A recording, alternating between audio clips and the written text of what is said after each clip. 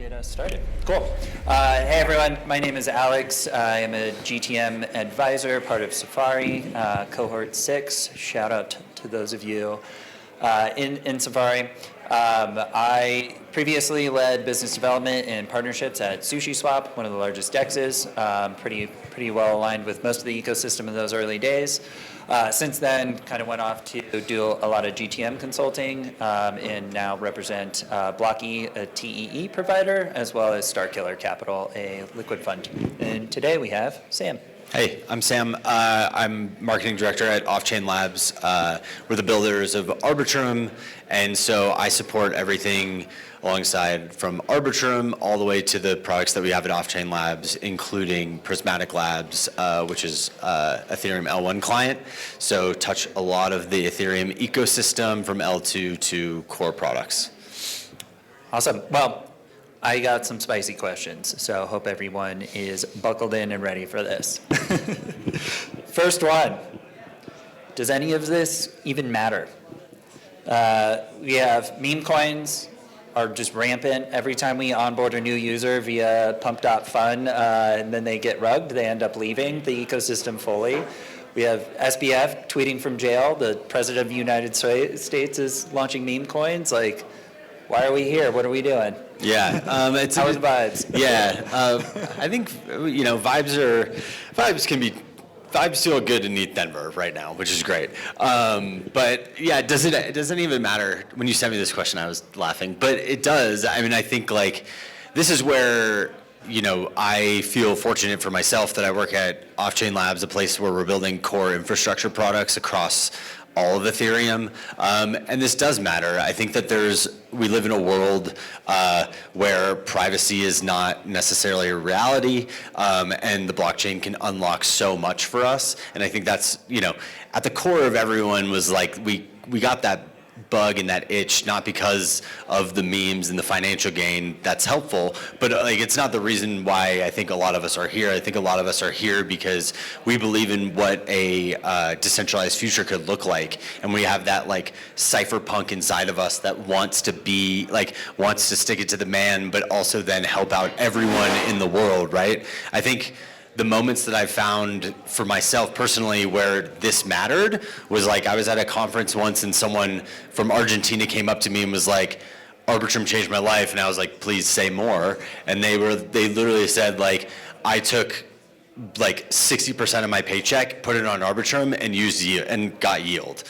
That's not a reality in that country, right? So why does it matter? It's because of that and so many other things. But I'd love to hear what you have to say too. I totally agree. I remember, first reading the Ethereum white paper back in 2016 and being like, yep, this is it. This is exactly what we need to do in order to have the rise of the rest. Growing up in Denver, Colorado, actually, and having stable currency and, an ability to go get a loan and the ability to go to a bank, you take that for granted. And then right after college, I did a, Eat, Pray, Love kind of tour of Southeast Asia. And I remember thinking digital markets, you can go from not having a bank to having a bank on your phone. They didn't have to go through all of these different steps, and you could leapfrog technology. And I think having these primitives available for decentralized finance specifically, that opens up so many opportunities for people to actually engage across borders and globally. If I'm a farmer in Nigeria, how am I going to get a loan easily from a bank if the bank is way down the road? I'm not going to be able to do that. But if I have an internet connection, I can get going and do it in a way that, I get yield, I get access to US dollars easier and things like that. And so I really do think that, memes aside, that's, every time we have this big pump up and we bring in a ton of retail users and then we lose a handful of them via meme coin rugs and whatever it may be, still we're keeping a handful of people that get interested in the technology. Even a couple months ago, I was doing a vacation with family, and my brother-in-law, who barely knows how to email, was just hey, look at my Phantom wallet. Here's all the cool stuff that I'm doing. And I was like, hell yeah, dude. we are finally getting to that point where retail users actually really understand what they're doing and they're using the technology. They might not understand it super well, but we're getting there, and we're bringing people on and keeping them, which is, I think, really good. Yeah, I think the things that you had mentioned in the beginning of the question of like the memes and then SBF tweeting from jail and obviously the collapse of FTX, 2 years ago, all these things I would say as marketers doesn't make our job easier. We're up against, what mainstream media and what, my grandmother thinks of crypto because she watches the news versus like what I am trying to tell her when I'm sitting across the dinner table of like the reasons and the reasons why and why this would work and how it could be easier, and like even using like what if your medical bill, like medical records were on chain versus you switched 6 doctors, like trying to simplify it as much as possible. And I think that's where us marketers need to start to lean into, is like how do we tell the holistic story of crypto. We're not just not just a marketer for Off-Chain Labs or for Arbitrum or anyone else. It's also like how do we support the ecosystems that exist and the ecosystems that are building and pointing the ship in the right direction. Yeah, I completely agree. It's actually funny being a Denver native and like coming to this conference and sleeping in my mom's basement. And every time I like come home for dinner, I'm like skipping the parties or whatnot. She's like, "Oh, how's your Bitcoin conference going?" And I'm always like, "Dude, you're close, but not that." And as funny as last night, she was like, "Okay, well, what is this?" And I was like, "Well, how about this? Every time you swipe your credit card, you're paying a 3% tax to the credit card company just to process that. And that goes through so many inefficient steps. It gets posted at one bank before it gets posted at the receiving bank, and now your funds are on hold. You don't get that. Blockchain, peer-to-peer, bam, done." And then I think I converted her. I think I got it. I wish she was here. I was trying to bring her here, but whatever. So I guess dovetailing from that, as coming more from the BD side of things, and then you're more from the marketing side of things.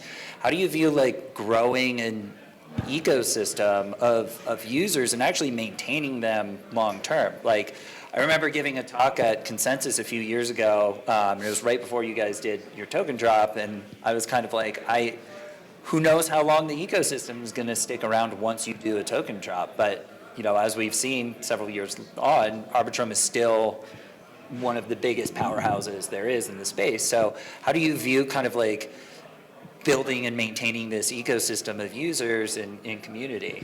Yeah, I think the thing that we always contend with and even just like have conversations with consistently is like what's short-term gains look like in our ecosystem and what's long-term gains, and like what does success look like in both. Because when like for example in this cycle when meme coins had started popping off on Solana, we were like, do we try and foster an ecosystem here, right? Like, how long do we see that playing out? Do we feel like it's the right thing for our ecosystem? And you could say yes and no. Maybe daily active users go up, but then like, do all of them leave immediately and then go somewhere else, and do you die off with the cycle, right? And I'm not saying that's going to happen, but it's more of just the way that we start to think about it. I think for us, it's a lot of what I think about as a marketer is how do I build my messaging structure, and then dovetailed with the products and the proof in the products for long-term growth.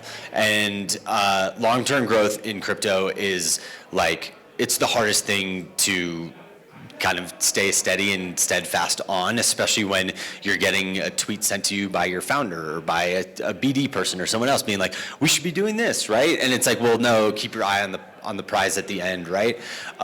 So I think for me, it's always like, what's our ultimate objective? How do we get there in the steps of like 6 months, year to 5 years, right? And then build marketing campaigns and funnels throughout like the different life cycles that we live. But everything is geared towards what's further in the future because the cycles come and go as we've seen. And to be sustainable, and Arbitrum has done that, is by shipping products that people want to use, having a strong business development team and ecosystem development team, having we call them integration engineers, but it's basically like DevRel, people that can help people get on chain and help people help connect people throughout the ecosystem. So if you need, an API from somewhere else, we know where to get it. And then also our marketing just consistently being about our products, our community, and the future that we're really trying to build towards. Yeah, I completely agree. I feel like this is a very spicy take that I have. There are not enough good product managers in Web3 in order to actually bridge the gap between the messaging, the product, and then what the BD team is doing, and what you're hearing from the market, and then the actual engineering. And, engineering tends to be a little bit more aspirational in terms of what's being built. And that's where your audience has to change a little bit more between like the builders versus the users. What I've started to look at with the team is more of like, these are features to our bigger product, right? Like, and I think that taking that mindset more recently has been a little bit helpful, because then you're not inundating the timeline with things that are very confusing, and being like, this is the coolest thing since this, but and just making sure that like people understand that there is a path to growth, right? Like, what is our 6 months product launch? What's our year product launch? What's coming in 2 years? And how are we solving things for Ethereum, solving things for developers, and solving things for users to make sure that like this actually becomes a sustainable technology that people can get behind. Yeah, I totally agree. I think, especially on the BD side of things, people love the Logo X logo announcement. And that's like the easiest thing to do. And it actually doesn't provide any value, because you don't say, this is what we're building together. It's more so of, hey, this person signed this deal and they might use us, and that's about it. And there's no real like, this is what we're actually building together. I think with some of the other projects that I've advised across the space, it is very much like, sure, Logo X logo is great, but the announcement marketing doesn't keep people there long enough. It's a really good hype engine to show, hey, other people are signaling, that we want whatever we're buying from you, or integrating with you. But in reality, it comes down to what's the impact on the product? Like, is this a new product? Is this a new product feature? How do you actually get this into the hands of people who are going to use it? And I feel like that messaging always gets lost in the hustle and bustle of everything that we're doing. I like that point that you brought up earlier is, you have to stay true to what you are building and kind of that end goal there in a longer term, kind of longer time horizon. Because, you're going to have the BD people like me in your DMs just being like, hey, bro, do you want to do this? Like, I got this great Oracle. You need a new Oracle, right? And that can really derail, I think like the product development and kind of like the growth overall in the ecosystem. Yeah, I think there's like a lot of things and a lot of value, and there's a lot of value that marketing brings to the table when it comes to product development and comes to like even BD, for example, right? Like, when I speak to the BD team, I'm like, you send me DMs that you want this, but I'm like, we need more exchanges to be, listing, or to be, more wallets to be, moving us higher up into the feed. And, we still live in a world where you have to make an active choice to be on a chain. So, being higher up is, in my opinion, generally better. It's nice that Arbitrum starts with an A. I always try and get people to do the alphabetical order thing. But I say that to the BD team. I'm like, this is how you can help us, and then we can help you on the other side, because if you're trying to close a deal, right, like marketing is a huge, like we're a huge sales enablement like center for you, right? Like we control the Twitter handle. We can bring them at events, fireside chats, doing spaces, doing tweets, like doing collaborative like things on YouTube, videos, whatever it may be, right? So like, we all need to work together. And then on the product side, we see what the consumer really wants. And, a lot of marketers, there's a couple of different types, but a lot of marketers are consumer marketers. And so we think about like, okay, what does the end user really need, right? Like, how do we get a team that's mobile first, right? In a world where we're kind of, we're mobile second, I would say, in crypto. But like, how do we move that along so then it becomes more accessible to people, right? Most people just have a phone at this point. Yeah, so I very much agree. I always get pissed off when I have to go onto my computer to go do like some on-chain thing, and I'm like, why can't I just do this from the computer in my pocket? Why is this not optimized well? I think kind of this segueing a little bit, I think as we talk about growth for a lot of these different protocols, we tend to get lost in the sauce sometimes in terms of how, this is fundamentally very technical stuff that we're always talking about. Like, the average person doesn't understand what a blockchain even does. So I'm curious from your angle, as you're looking at growing Arbitrum long term, how do you kind of like balance between, I want retail users and like that's some of my audience, but how do you also make sure that you're not dumbing it down too much to where developers still want to come? I feel like coming from the DeFi side of things, there is a lot of usage and there is kind of like a clear use case. There's a front end that you can actually go to and log in on and do stuff with. But from the infrastructure side, it gets a little harder. So how do you kind of like balance the messaging there? Yeah, infrastructure is being on the infrastructure side is super. It's kind of weird in our industry because like I actually have to be a consumer marketer for the infrastructure, which feels slightly counterintuitive because you have to make an active choice on what chain you're going to bridge to, which is sometimes not easy, or actually like try and use an application, and people start to form alliances towards chains. So we have to think in many different levels. A lot of this just comes down to doing like a lot of the, I would say like the basics of marketing, right? Start with your top line vision of who you are, who you want to be, and then start to build out your audience segments. And then what are your distribution channels within that, right? So, when we think about builders, and developers, we don't want to dumb it down too much, but there's also two types of builders that we think about. I think about the builder who comes in and goes straight to white papers and is going, right? And like starts coding and they immediately are on GitHub and they're off, right? And then you have the one that might be in their college dorm room learning to code, who's on YouTube, right? Like, how do you start to map out your different targets within each vertical that you're doing, and then from the user standpoint, because a lot of blockchains don't necessarily have a front end, how do you bolster up the community to be your front end? Because that's really your consumer hook, right? Like being able to give the tools of, without necessarily saying certain things, but being like, you should use this because you should use X because Y will happen, right?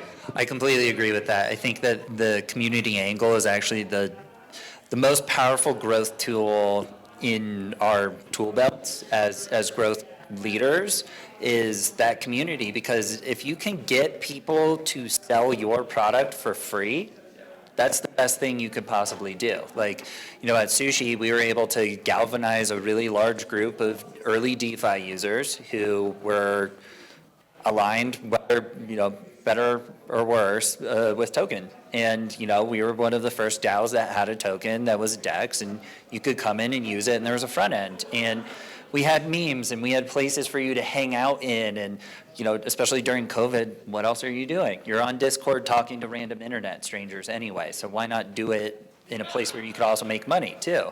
And coming out of that, we were then able to leverage the community for pretty much all growth. And for a handful of the other projects that I've advised in over the last year and a half, it's really been really telling, like how powerful the marketing engine is really determines the velocity in which they're able to go at, and especially if you're able to engage and create like a really good grassroots community that is really highly aligned to what you're doing, the vision, the vibes, everything.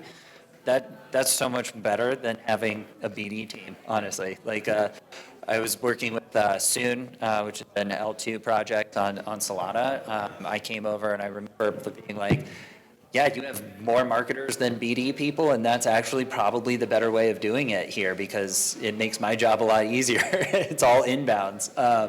But if you can establish that community really tightly and create different levels of content for them, that you've basically built your sales engine as an army of one versus having to have multiple BD people going in the trenches. I guess, coming from that then too, how do you differentiate between, there's so many L2s out there that it's almost a meme that, actually it is a meme, it's not almost a meme, it is a meme on how many L2s there are now. Yeah. And you guys are pretty much the first or second L2, depending on how you want to, slice the cake there. How do you kind of view differentiating the product, especially now that there's, you have Monad and MegaETH and some of these other new entrants, and then you're also competing against Optimism and, everything like that. So how do you kind of as a growth leader try and find your voice and kind of navigate that? Yeah, that's, it's the last, I would say, year and a half with the L2, L3 explosion has been really wild to see, especially coming from an L2, right? So, you go back and, when I first started at Off-Chain Labs and, Arbitrum was not decentralized at the time, and that was the only core product that I worked on. It was us and Optimism, and it was who's gonna, it's a rat race to get more developers, to get more applications and, build community and all of that stuff. And we were really successful there. And a lot of that came from just being, our messaging being more around Ethereum alignment, on also having just an immensely, this is something that I've loved about the industry, and then also just our team in general, is a team that's willing to get into the trenches with you, an extremely kind team who wants to help grow alongside you and grow your team as well. So that's seen through our BD, through our DevRel integration engineer teams do that. But that was a great start. And then come a year and a half ago, it was all right, everyone's Optimism leaned in on the super chain, right? And Polygon has done similar things with the ag layer, and then you have people like Base launching L2s, and then a bunch of other L2s, L3s kind of popping up out of nowhere with different use cases. And we're here at Off-Chain Labs building products for everything, and this is where things got really interesting, especially on the marketing side of okay, now I have almost too many products. I have a house of brands that I'm working with there, where you can launch your own chain using our Orbit technology. You can code in Rust and C alongside the EVM and Solidity with Stylus. You have Arbitrum One, you have Arbitrum Nova, which is a gaming and social chain, and now we have all these other people coming in. Now I've created this crazy house of brands with where the ship is just being steered in multiple directions and trying to compete on all levels. And I think that this is something that everyone needs to always do, is look inwards. I like to do it on a quarterly basis, or at least twice a year, where we look in and be all right, is this working? What are the metrics that we're working against? And then how do we rebuild our messaging structure to capture what our audience should be? So a lot of what you're seeing, especially for us today, is reshifting into Arbitrum being the branded house versus the house of brands that we've kind of existed in for a very long time, where every product had to have their own landing page and everything that came with it, versus these are features to what Arbitrum just is, right? Arbitrum is a suite of development tools to bring everyone on chain and to create business on chain, right? That's it. That's what the top line is. So how do we bring everything to be just a feature of the top line? And then at Off-Chain Labs, how do we create products that continue to kind of feed into that, if it's within the Arbitrum ecosystem or within the L1 that we support? I really vibe with that pretty well. Being with Sushi and being one of the pretty much the second DEX, it was a very similar kind of environment. Really easy of just, hey, we got cool branding. We got better branding than Uniswap, and we're a little bit more degen, and that only goes so far. And so over a time, you have Camelot and you have Trader Joe, and then you start having, the Hyperliquids of the world really come in and kind of take a part of that pie.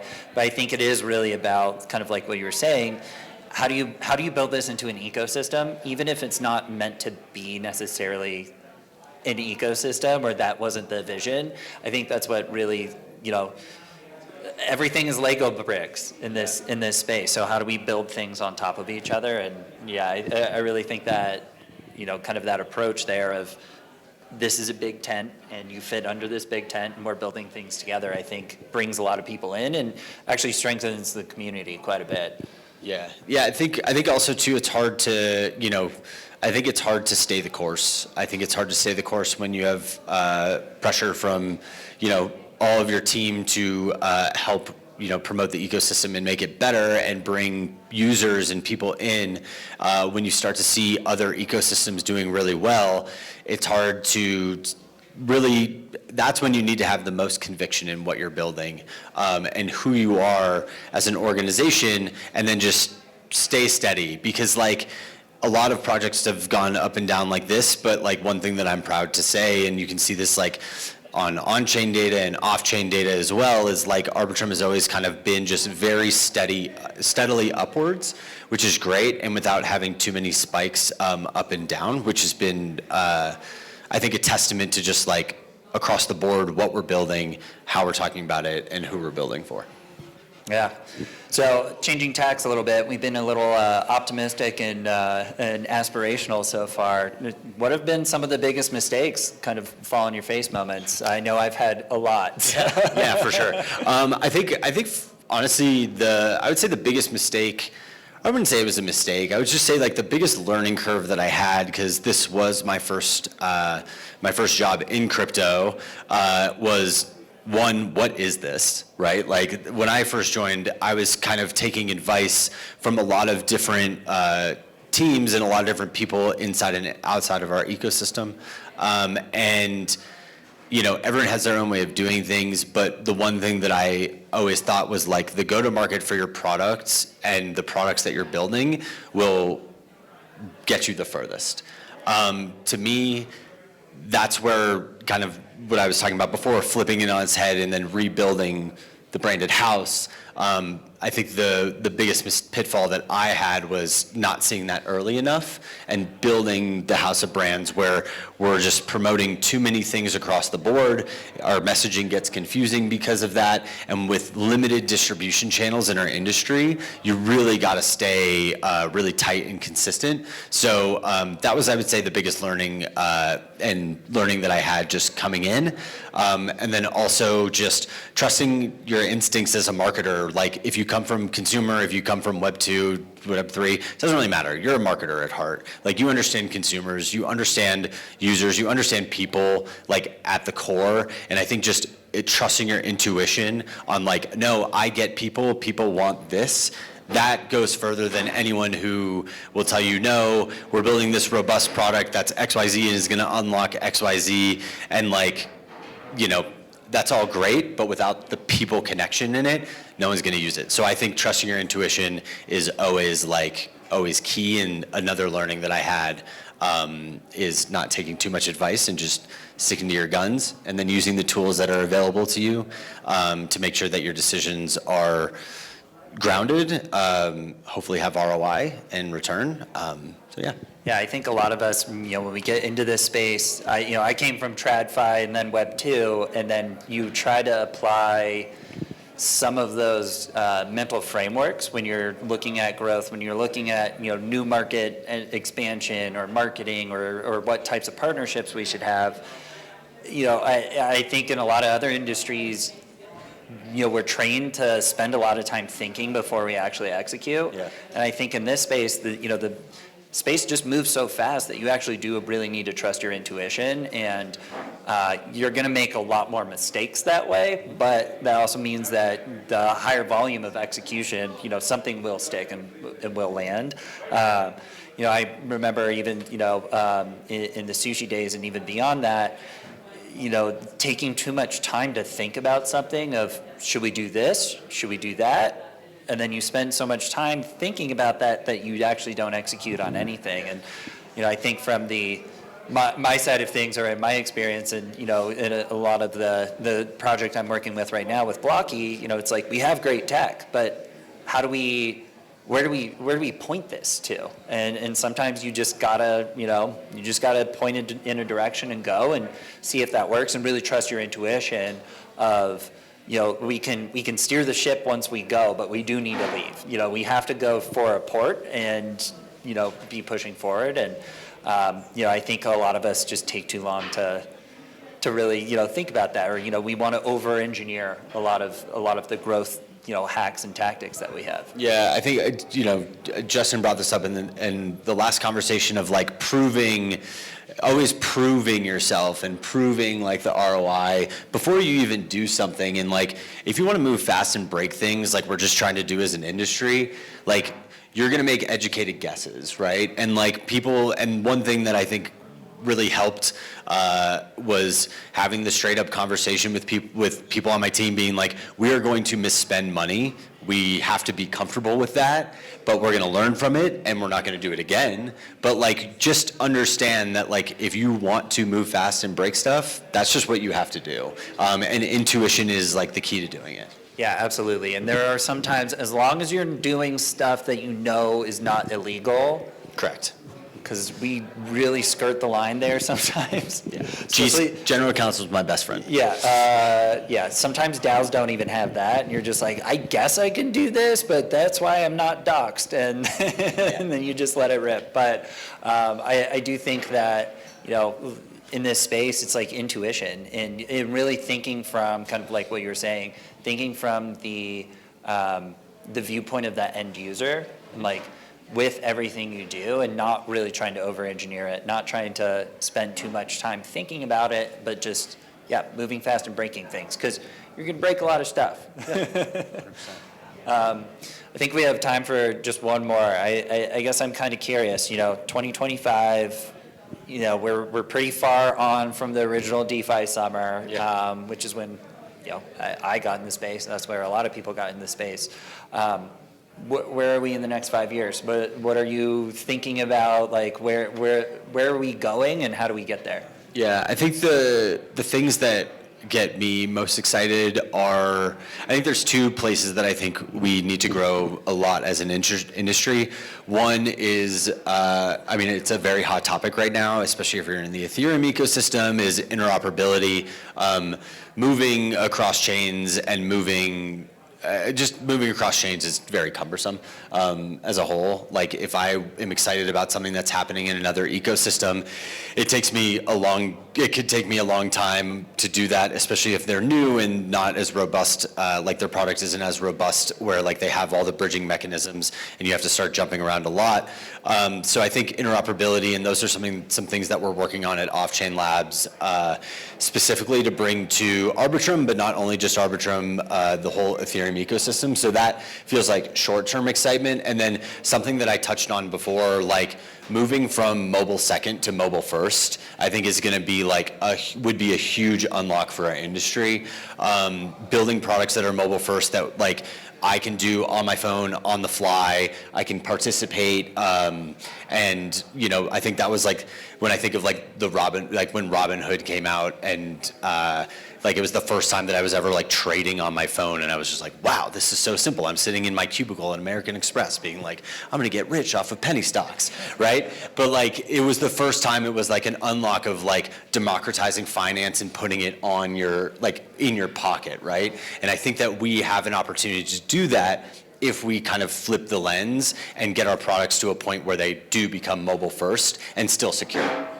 Yeah, I love that. I remember when Robinhood came out, and I was like, ooh, fractional shares. I didn't know you could do that. That's so cool. I'm a poor college student. I want to throw $5 into Amazon or Apple, and I really think we're like starting to hit that inflection point. Like Moonshot. As much as we want to talk crap about it, like mobile first. That's an amazing. You don't even know that you're using crypto to use crypto. I definitely feel like that's where we need to trend towards. It's the account abstraction, the chain abstraction. Really, people don't care about blockchains, and they don't care about what chain they're using, what ecosystem it's in, whatever. It's more so about, does this do what I want it to do, and is this accessible and understandable enough for me to do it? One of the projects I advise is, they're building stable coins for East Africa, and it's like, do they know what blockchains are? Sure, some of them do, but I think the average person in Nigeria, they want stablecoin access just so that they can do business across different borders without the level of friction that they have now. And so, I think that's really the, kind of bringing it full circle. I think that's kind of the future that we as growth people really need to be focused on, is what is the future we want to see, that we want to build for. And it is making it easier. It's making it, mobile first. It's making it understandable. Like, sure, sometimes degens want to do these crazy looping mechanisms or, LSTs, LRTs, whatever. But, when I go home after this, later today, I'm going to just tell my mom, like, here's a cool DeFi app that I found today, And I really think that that's what, the future is going to hopefully bring, is we don't know that we're using crypto to use crypto. And yeah, I think that's really the future that we should all be building for. Cool. All right, cool. I think we're Thank you. at time. So thank you all so much. Thanks, everyone.